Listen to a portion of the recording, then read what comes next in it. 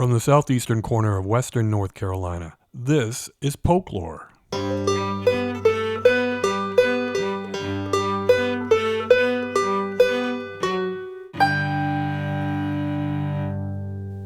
I'm your host, James Hernishan. Originally, I thought this episode was going to be about what's going on with the Polk County Republican Party, which is, to be charitable, in kind of a mess. Here's a recording made at the tail end of the party's first meeting after the 2024 election. As they say, it didn't go well. Say it again. She needs an apology. Amen. Amen. She needs to apologize. You need to apologize. You need to apologize. There's nobody anymore. You do. There's nobody anymore. You need to. Chair, go home. There's nobody. Well, I was somebody. When were you? All right, y'all, I'm very sorry, but we're going to just end this meeting because I don't think we're going to be able to continue on our agenda as planned. So I need to just everyone to go ahead and go on home. Can you apologize to Jennifer? She said it. Everybody needs to leave. The meeting's over. Well, this is a first, isn't it? That we have the police called to disperse a GOP meeting. Robin, you should feel pretty proud there. Wow.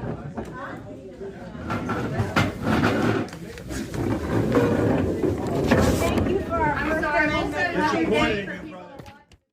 Remember, this was how the party reacted to winning every local race it contested. Just imagine what might have happened had it lost a few. Things are so bad that even the Tryon Daily Bulletin decided that the story was worth running, breaking its long-standing rule against political journalism. Given how much the Bulletin left out of its story, and there's a lot, including a fine from the State Board of Elections a few months ago for fraud, I thought it might make a great episode. Eventually, though, I realized that how a party led by people who can't even bring themselves to endorse one of their own candidates for county commissioner, one that has to have the police help break up a victory meeting, still ends up sweeping the ballot. That isn't the right question. They won handily despite that dysfunction, so clearly internal party politics are kind of beside the point. Instead, what I really should be asking is how their opposition failed to capitalize on the situation. And of course, how the Democrats managed to lose in Polk County has a lot to do with how they managed to lose Congress and the White House. The bottom line is too few people are aware of what either party is all about, who the candidates are, what they stand for, and what kind of solutions they offer to the long list of grievances we all have with the status quo.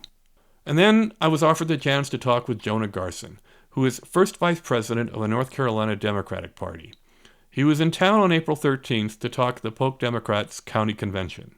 We parked ourselves on the rocking chairs of the porch of the party's headquarters in Columbus to discuss what the state party can do for Polk Democrats, what the party leadership learned from last year's losses, and what kind of strategies and tactics make sense now that we all seem to be living in the upside down. Jonah Garson, welcome to Folklore. Thanks for having me. Happy to be here in Polk County. Well, usually I talk to folks who, grew up here, work here, live here, study here, play here, but I thought it was really important to get an outsider's point of view on what's going on in Polk County political scene. So I was happy to take advantage of you coming to visit. So tell me who you are and why you're here. I'm Jonah Garson. I'm the first vice chair of the North Carolina Democratic Party. I'm an attorney, an organizer, former voter protection director by background.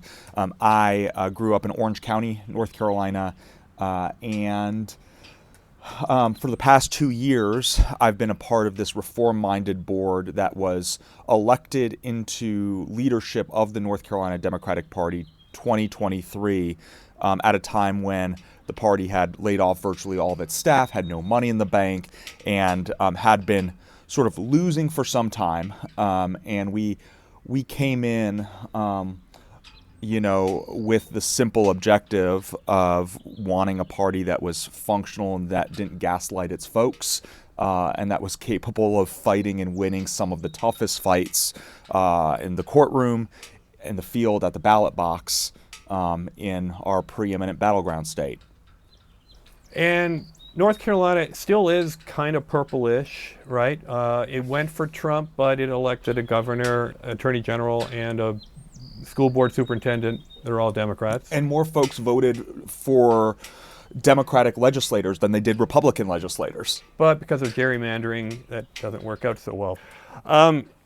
Okay, so in other words, I think it's fair to say there has been a fair bit of success at rejuvenating the Democratic Party in North Carolina as a whole. In a sense, maintained control of much of the executive, and you can say increased the number of people voting for Democrats.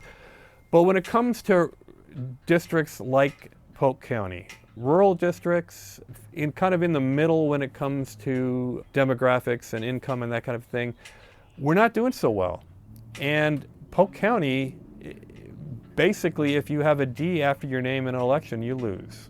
That's what happened this last time, even with the dysfunction within the Republican Party locally. So what is your perspective on what the state Democrats can do to help Polk County go back to a time where races were competitive?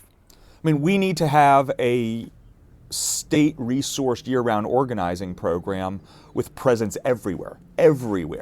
The Democratic Party in North Carolina, Democratic parties in the 21st century are sort of shriveled, pale simulacra of what the parties once were. There's a great book that came out, I think a year ago, called The Hollow Parties, which sort of explains what happened to our organizations post-1968, some very well-intentioned reforms to our party system, where we moved far away from an old patronage model that was about giving shit to people. But then we went in the opposite direction. We became deadly afraid of giving shit to people.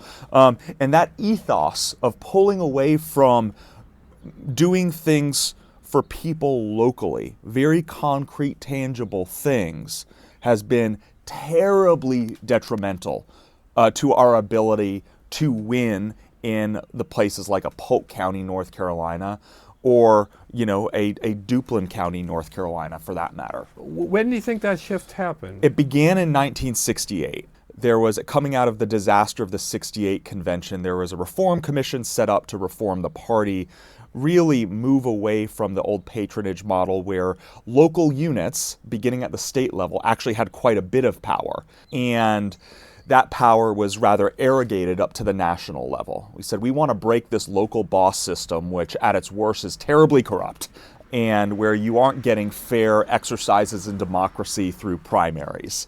And I think these were very worthy goals.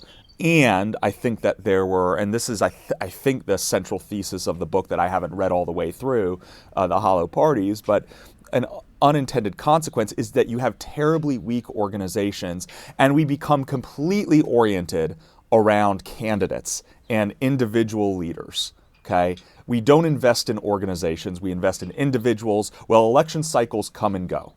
And if you're not building organizations that are bigger than individual leaders, you cannot succeed. You will not succeed. That's obviously true for the Democrats. I don't think anyone would argue differently, but I don't think you can say the same thing of Republicans, right? Because they have done the exact opposite. They have built an entire party around a leader.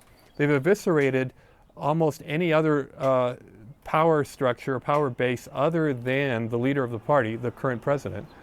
And in Polk County, certainly, they make no effort to do any local no outreach, no canvassing, no letter card writing, no phone banking, and yet they still win because the R after their name is associated with the leader. Right. And you can make an argument that we're not necessarily operating in the same system. I mean, taking a step to the side for a second, I think we're very much living in a Carl Schmitt, Leo Strauss world. And their Schmittian world of the ascendant Republican Party is all about oppositional attitude. And I think that our organization is based on something different politically, fundamentally. And so, I think the Republican Party, we will see whether it's sustainable, whether you have another strongman leader who comes in right in after Trump. I'm one of those folks who thinks it's highly likely that when Trump passes from the stage, that another strongman a liberal right luminary will come right along behind him. Yeah, I think I will say I'm not plugging this book, but I do think the Hollow Parties also gets into similar changes, not identical, but similar changes to the Republican Party that then left it susceptible to Trumpism in the moment. And again, it's a story of disinvestment in organizations and us becoming hardwired around communications luminaries. So, regardless of what the Republicans are doing, then, it's important for Democrats to build up organizational strength right from the bottom. Yeah, I think so. I think like if you don't have a state Democratic Party too that is helping a Polk County Democratic Party communicate to people about the backlog of deferred maintenance in the local schools, then you're not anywhere. Right. And I think our objectives are served by being super localized and super concrete about what we are hoping to deliver for the people who live in our communities, what we will deliver, and also being super open about challenges related to allocation of limited county property tax dollars. I think hyper-localization is how we win, and it is the only way to cut through a toxic nationalization of our politics that allows figures like Trump to have unlimited oxygen. At the same time, you have a Republican Party that is not delivering just lowest common denominator functional good governance for a place like Polk County. Well, it certainly seems like it's not delivering it at the national level. No. I mean, we're recording this just after Trump has reversed course on his tariff regime, which everybody said was a stupid idea.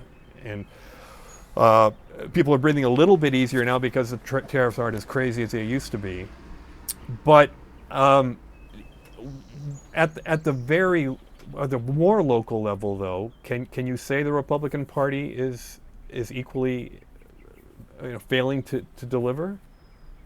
Well, I mean, I think from conversations I've had here in Polk County, whether it comes to development policy and negotiating sort of the very, very atypical system with your water systems here, or whether it's simply using property tax dollars in a way that makes sense to get through a list of deferred maintenance items for the facilities that people and kids depend on, or if it's, doing what you're supposed to do with a bond issuance. I think that people are ill-served when they look to the national level at all for determinations about who best suits their needs and will best serve them in local decision-making.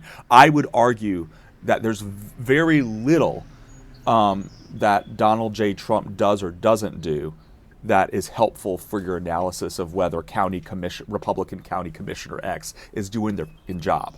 Yep. Here in Polk County. And folks need to be independent and honest and clear-eyed, and also know what they're voting, know what these jobs are. And it's our job as a Democratic Party is to say, hey, here's what the job is, here's how the job's not getting done. Screw the D or R next to my name, but I'm working right now to get elected so that we can put the new gym roof on and so that we can have some sane development policy that addresses some affordable housing needs in the Polk County.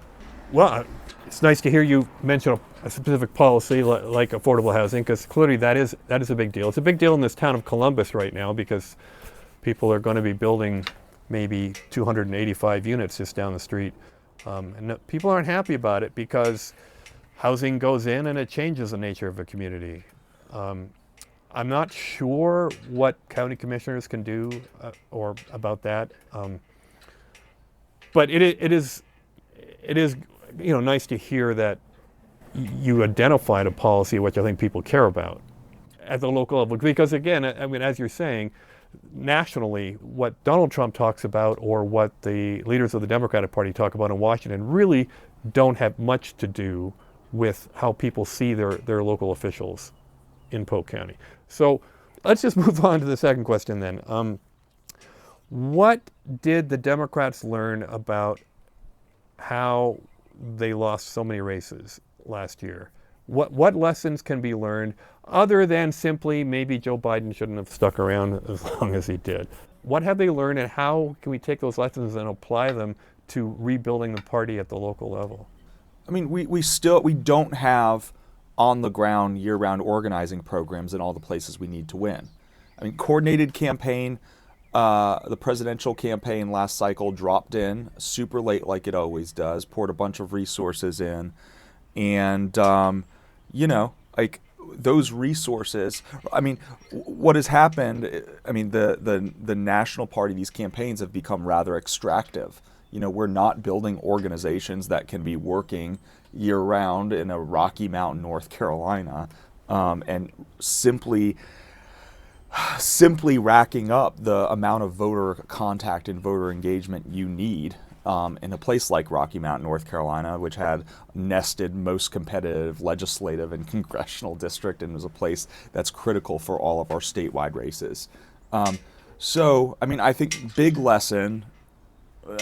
lesson from our North Carolina perspective, where we've worked our asses off to build something functional over the past 2 years, is that we need to have a national organization that is making huge investments so that we can hire up people from their communities on the ground to work the hell out of those communities and communicate with people about what the stakes are, what the key policies are in a Polk County. If you're not doing that, you're nowhere.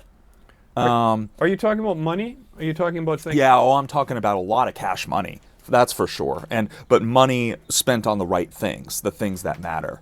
And so I think a lot more money for organizing and for field, a lot more money for very thoughtful digital advertising, more money for radio. A state party will never play on TV. That money will never be there. But money spent in a lot of stupid ways in our political ecosystem. So I'm talking about thoughtful money and thoughtful resourcing, but everything is driven by such short-term thinking. We bootstrapped North Carolina to be considered a preeminent battleground state. Folks had sort of written us off for our dysfunction. We were seen as the Rip Van Winkle of the battleground state parties. It should have never been a question that we were a tier 1 battleground state. The national organization should be making investments perennially in all the states strategically, but it is such short-term thinking, and the national organization also does not have the power it needs to direct candidate money, and people are giving money to these candidates, and I think people need to give money to organizations that are bigger than candidates. So in Polk County, the entire establishment is run by volunteers. Basically, nobody gets paid. Not all of the executive positions are even filled at the moment. Yeah. Obviously, you're not going to make a county chair a paid position, but are you suggesting that we should be paying maybe, I don't know, a part-time or some kind of contract staff to do some field work in between elections? One of the best things that we were able to build over the past couple years is our Project 100 regional year-round organizing system. We have 5 field directors. The state's broken up into 5 regions. And we have Western NC, Western Piedmont, Eastern Piedmont, Northeast NC, Southeast NC. Over all of those regional organizing directors, there's an organizing director, and those regional organizing directors are serving the volunteer. Those are well-paid, well-compensated, full-time positions with benefits. Those regional organizing directors are then serving our volunteer county leadership as sort of their clients, and helping bring helping develop strategic plans for those county leadership, and also helping get them on board with running a common strategic plan. I mean, this year, when we are talking to people in the field, we're doing these accountability canvases where we talk about all the shit that Tom Tillis is or isn't doing. And then we just use that as an opening for a bigger conversation around the issues with folks to form a connection and do a lot of issue identification through that. And this will be a year where we look at the 1,700 local races up in 91 counties and where we are tiering out different levels of support on the theory, number one, that it is the role of a state Democratic Party to help elect folks at every level, including the folks who are actually going to have the biggest substantive impact in people's lives through local policy, especially in the teeth of what's going on at the federal level and what's coming out of Jones Street and Raleigh. But also knowing that we soften the ground for 2026. We are building up electorates and organizing muscle in communities where we haven't done that because we haven't been in the business of odd year local candidate resourcing.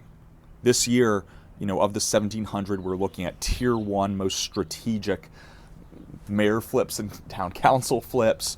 Then every single county we're identifying the sort of local candidate. So even if you don't have one of those most strategic races, every county of the 91 counties that is local races up this year, everyone's getting their champion who's going to get resourced. And then we're giving a baseline package of resources to every local candidate, beginning with the voter file, but going on up to building them websites, graphic design, and free field in a box so that we can make sure folks are talking to the right people when they get out there and talk. Well, Polk County does not have. Y'all are one of, I believe. Well, no, I believe. Don't you have one town council up in 25? I can't remember, but y'all might be one of the 9. I think we are. Yeah, I think we lost our municipal elections this year, and so everyone who was going to come up gets 26. Gets to sit for another year. That was one of several things that happened to Polk County in the last couple of years, where the legislature basically decided to override the wishes of the county. And yet, it didn't seem to provoke any kind of lack of enthusiasm among Republican-leaning voters to support their Republican representatives. So again, this gets back to the question of what can you do if no matter how problematic the facts are on the ground, people are still voting D or R based on some sort of tribal loyalty. It doesn't seem to be connected with with developments politically. Well, I don't believe people know the facts. I mean, I believe. I mean, we live in a very, very complicated mass media ecosystem. The political news people get, as you yourself pointed out, is not about what is happening to Polk County locally, jurisdictionally. That's not what people know. And so there's an enormous civic education enterprise that the Democrats have to be in the business of. When I say, Project 100, this new program, which is very expensive to maintain. I mean, we're one of, I think, 2 state parties that after last year kept its organizing system in place. And we will keep it in place and build on it. But if you are not actively working on ongoing, constant civic education campaigns to reorient people to the things that are happening closest to them, all of which is expensive and time intensive, and not frankly efficient work, then you're nowhere. So I would just say again, where we see success, including in rural communities in North Carolina, is where we do that work intensively, where we orient folks around the facts. We make no assumptions about what they know and they don't know about what's going on locally. And what we find is when we sort of abandon those assumptions, what we assume to be sort of hopeless tribalism, there's some very interesting results. Okay, but you still have to persuade people. You have to engage them through media or through some sort of conversation forum. We don't really have that anymore. We don't have a newspaper where you can debate that sort of thing. We don't have our own radio station or our own television station. We're too small for that. So how do you have those conversations? I mean, and this is one of my favorite conversations about, American problems with not having a public square. You have them in a very proven and very inefficient way, which is going door to door, one to one. This is frankly why I'm much less interested in conversations about messaging, which I think tend to be with Democrats about a fixation on a magic abracadabra, a pickup line that's going to get the people we want to dance with us. And as sort of a pretext or to avoid the actual work of talking to people one-on-one without policy as pickup line. So I believe in field. I believe in field, especially in a state like North Carolina, which is where we have elections that are won or lost by narrow margins. One-to-one work, and getting people. I think it's the job of a Democratic Party to train people how to be social animals, because I think the condition of being an American is to sort of be shrunken into one's living room staring at a screen. I think we've lost a lot of social muscle and aptitude generally as a people, and I think it is the role of our civic institutions generally, as the Democratic Party in particular, to teach people and to help them build up muscle. Okay, so we talked about the logistics, about the tools of political organizing and communicating. But I want to talk also about the vibe, the sensibility that people have that might explain last year's election result. The fact that people are unhappy with the status quo, and this is almost a nonpartisan feeling, I believe, and it explains why so many people unhappy with the amount of money trickling down from the rich to the middle and lower classes somehow managed to vote enough to elect a man who is really part of that rich elite who are gobbling up all the money. Okay. And so I'm going to play a clip for you from a 26-year-old woman in Illinois who's running to unseat a relatively progressive but 80-year-old Democratic representative. And here is how she launched her campaign. Donald Trump and Elon Musk are dismantling our country piece by piece.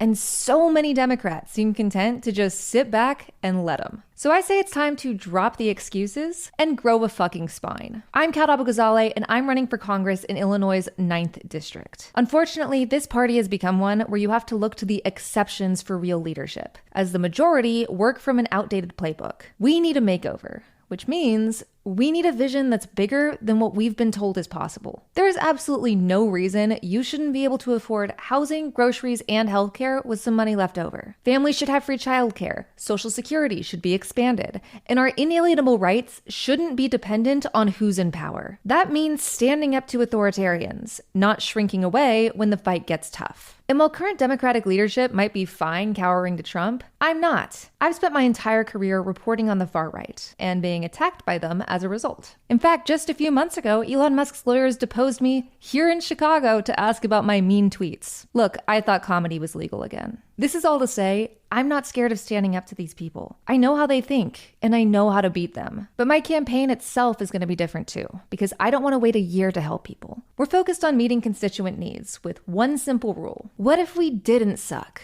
My campaign and I would rather spend our money on book drives and clothing exchanges and public events than fancy fundraisers for rich donors. I also want my campaign to be as transparent as possible. That's why I'll be posting regular videos about the costs and steps of running for office. We all deserve better. We deserve human rights and financial freedom and a party that stands up to authoritarians. We deserve to thrive, not just survive. And I plan to fight for those ideals both on the campaign trail and in Congress. So that wasn't so much different from Kamala Harris's message last year in content, but the tone certainly was different. And she's willing to put her dissatisfaction with her own party front and center. And I'm just wondering how you feel about that approach. And again, it goes back to this difference that seems to have arisen in the Democratic Party. Between on one side, you've got people like James Carville, who was an architect of Bill Clinton's victory, arguing the Democrats should just lay over and play dead and let the Republicans self-destruct because he thinks they will. Or on the other side, you have Bernie Sanders and AOC, who are pushing a much more progressive focus on the inequality between rich and poor, and get out there, and they're holding rallies and they're attracting tens of thousands of people, but they're very progressive and they're not shying away from defending trans people or standing up for diversity, equity, and inclusion. So on the one hand, you know, we've got people saying, and Chuck Schumer, who's the leader of the Senate, saying we should just lay quiet while the Republicans do all the bad stuff that's going to hurt Americans. Or you've got people who say, no, we should make a loud noise. And this Kat Abou-Ghazala from Illinois is clearly on that side of the equation. She wants to make a lot of noise. And where do you sit on that divide? I think that it is the role of the party, of the organization, to be able to throw effective punches, which is different than making a lot of noise. When I say throw effective punches, I mean make sure that your litigation and your 5 related lawsuits related to the 65,000 plus folks that Griffin is trying to disenfranchise to overthrow a North Carolina Supreme Court election, make sure that you've teed up the 5th lawsuit in federal court, just so that at the end of the day, when hyper-partisanized corrupt North Carolina State Supreme Court does its worst, we have automatic recourse to the federal court. Throwing punches effectively in lawfare and at the ballot box in campaigning is very different than noise. I think there are a lot of folks who are grifting off people's grief right now, talking about we need to be tough, throw a punch. Talking that talk is different than walking that walk. There are also folks who have jobs that require them to be much quieter to protect very important things. We have lanes. I think a couple things. I think number one, Democratic Party's lane is like fairly clear. We fight and we say things that candidates and folks who are governing cannot say. We say things related to a budget draft that comes out in the next couple days that our, minority leader in the NC House can't say, as he's in the middle of a negotiation. So there are lanes. What I want to see from Democrats who want to push this party to be better, I want to see them be open and honest with people to help them be savvier, to help them be better students of our American politics and help them understand that people have different jobs. If you're sitting on a county commission right in North Carolina right now, your job looks a lot different than someone who's in Congress or than someone who is out there organizing to win elections. We have different roles to play. I also, I think that the very scary early 20th century political theorist Carl Schmitt said that liberal democracy produces citizens who are passive consumers, at lowest common denominator consumers, who aren't actually engaged in issues, who don't do all that much to learn, and who are reflexive as consumers. If things don't feel right, then they'll get angry. And I think that there's a lot to that. I think that there are a lot of fair criticism about the party being weak, not saying shit, not being direct with people, gaslighting people. I think there's a lot of fair criticism there to play with. And I think it's tempting for any candidate running right now as a Democrat to do this thing where they say all that and then they lapse into bad faith pretty quickly as they grift off people's anger. So I want people to be fair and honest and talk about fighting, talk about the limitations of fighting in Mode X. Be honest about what you're positioned as a what you would be positioned as a freshman legislator, primarying an 80-year-old who I am going to guess has been in Congress for some time. What you'll be able to do as a freshman legislator in Congress. Well, not much, probably, right? But Alexandria Ocasio-Cortez has, in 3 terms, become kind of like the conscience of the party, and she's far more popular than the leader of the Senate for the Democrats, Chuck Schumer. Isn't there a value in energizing the crowd? Absolutely, but I think we have a responsibility to energize and to educate, and I don't think it is. I think we as Americans have to resist bad faith in ourselves. I think it is very, very, very, very easy for all of us to lapse into bad faith, and whether it's thinking that showing up at one rally we have sort of drastically changed our lives to participate in a new way in an American discourse, political discourse in a time of crisis, or whether it's a candidate running for Congress who's talking about, saying, give me a firm place to stand like Archimedes and I'll move the world as a freshman legislator. We owe it to be honest with people. We owe it to be honest with people about also who we are as people and our behavioral failings that have brought us collectively to this point of collapse. I don't want to build people up. I want us to be lights for one another in honest ways. People don't need cheerleaders. People need folks who will engage with them in the reciprocal mutual exercise of truth-telling so that we can fucking process where we are right now. Well, it's certainly a very difficult time to process. I mean, it's certainly unprecedented in my lifetime to see the United States give up its role as the leader of the free world, which is, I think, a fair observation.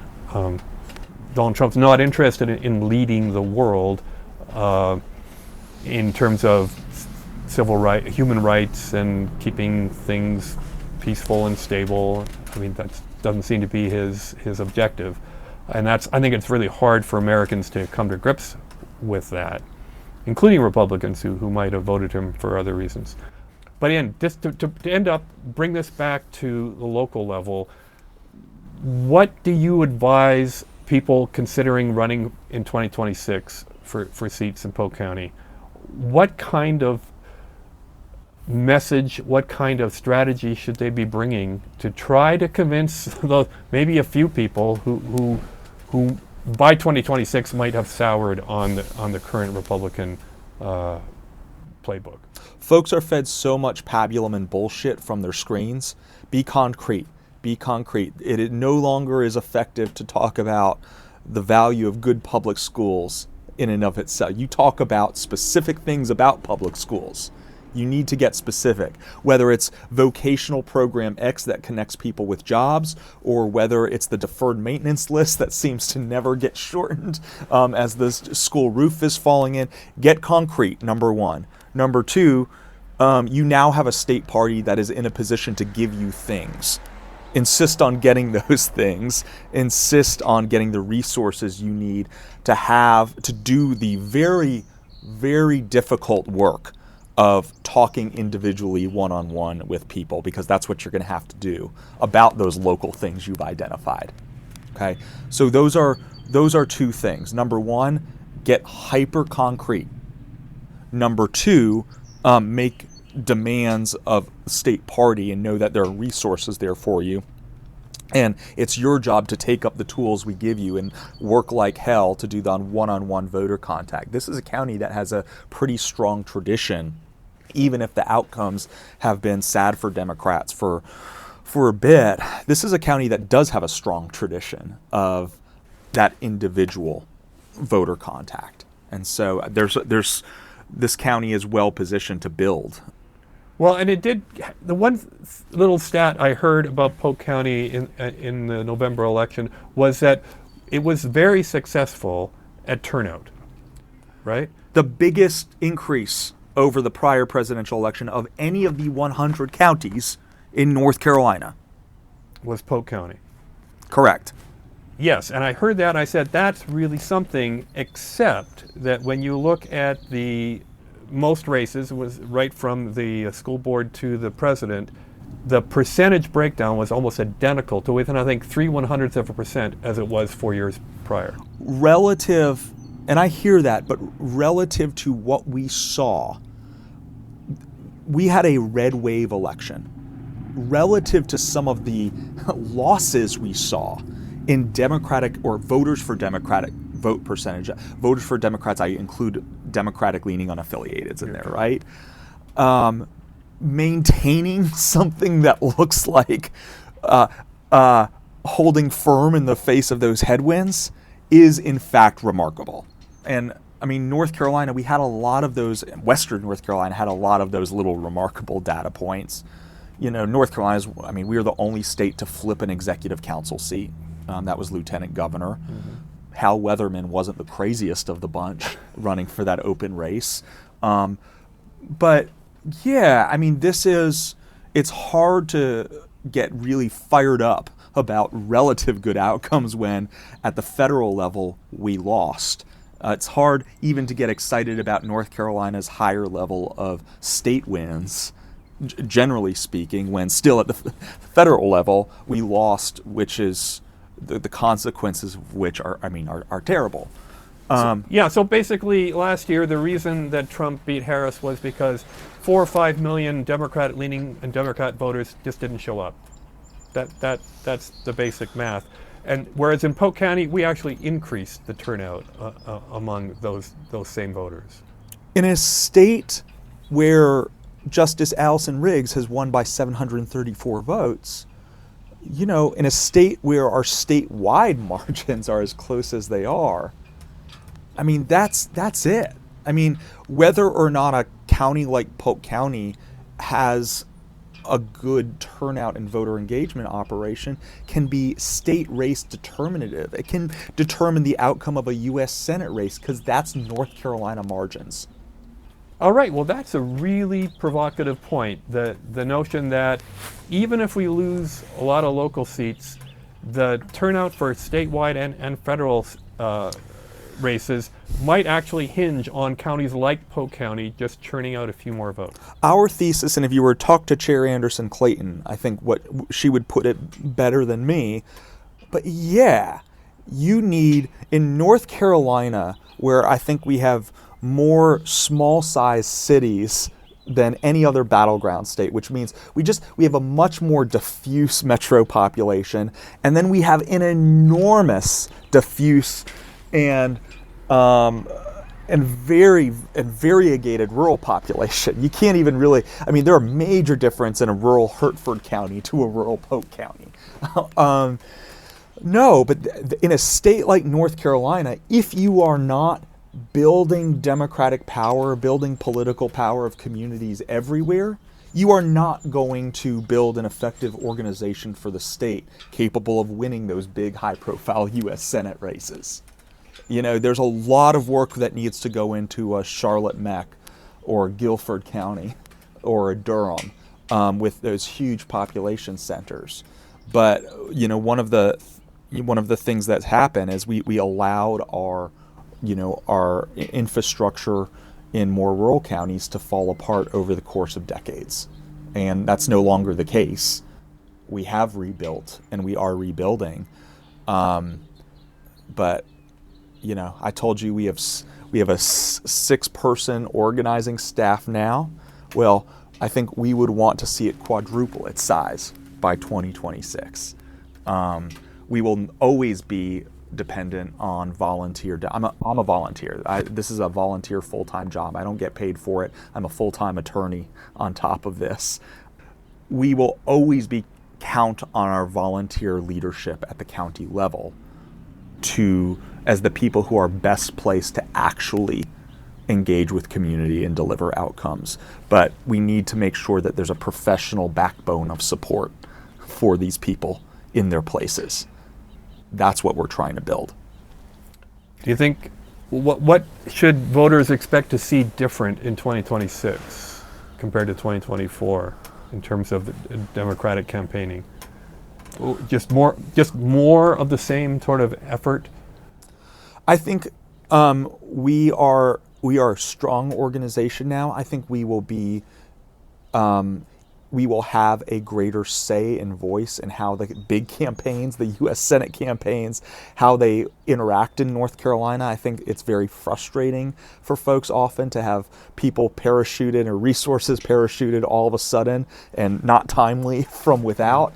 And I think we are now a much stronger organization that will be able to sort of rationally channel resources in ways that make sense.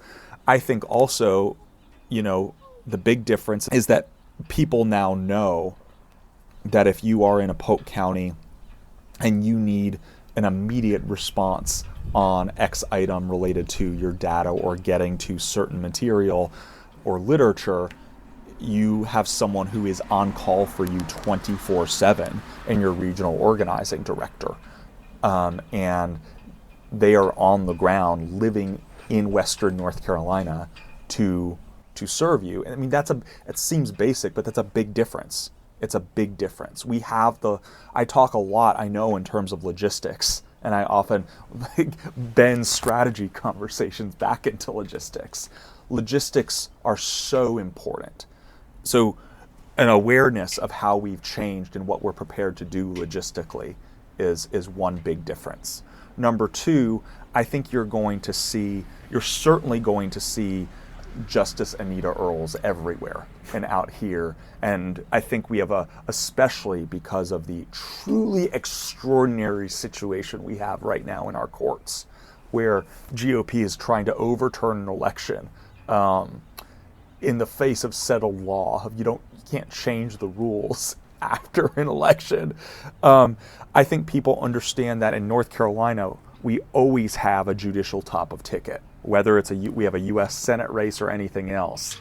And so you're going to see our U.S. Senate candidate and you're going to see Anita Earls traveling everywhere across the state. And that means coming here to Polk County to talk about what we lose when we don't pay attention to our courts. I just want to make sure for the listeners, she is a member of the NC Supreme Court that's up for re-election in 2026. She's up for election in 2026. Yeah. Okay. And what I should say to folks, and I know we're probably running over here, but important for folks to know, our strategic plan as North Carolina Democrats involves us retaking the courts by 2028. When we lost the courts in 2022, before this board got on, what it meant was that partisan gerrymandering, which our democracy-forward majority had said was unconstitutional under our state constitution. We shouldn't be letting politicians draw their own maps. That doesn't make any sense. They immediately, when Republicans got in control, they reversed that ruling, which was unprecedented. That is not generally how... Yeah, we're revisiting a decision that had just been made. Hadn't happened like that. Hadn't happened in 100 years in North Carolina. And that is not the way jurisprudence is supposed to work. They said, no, partisan gerrymandering, racial gerrymandering, fine under our state constitution, under XYZ ways. And they were able to re-rig our maps. We know that in North Carolina, under unrigged maps, we are truly a purple state, and we should have a lot more competition in the system. And what happens when you have good competition in the system? Well, in many instances, it means that you get better elected officials who are more responsive and more accountable to the people. I will tell you, under an unrigged set of congressional maps in North Carolina, we should have an evenly split congressional delegation. Instead of the 10-4 we have now. Well, if we had a 7-7, Hakeem Jeffries or some other Democrat would be Speaker right now in the U.S. House of Representatives.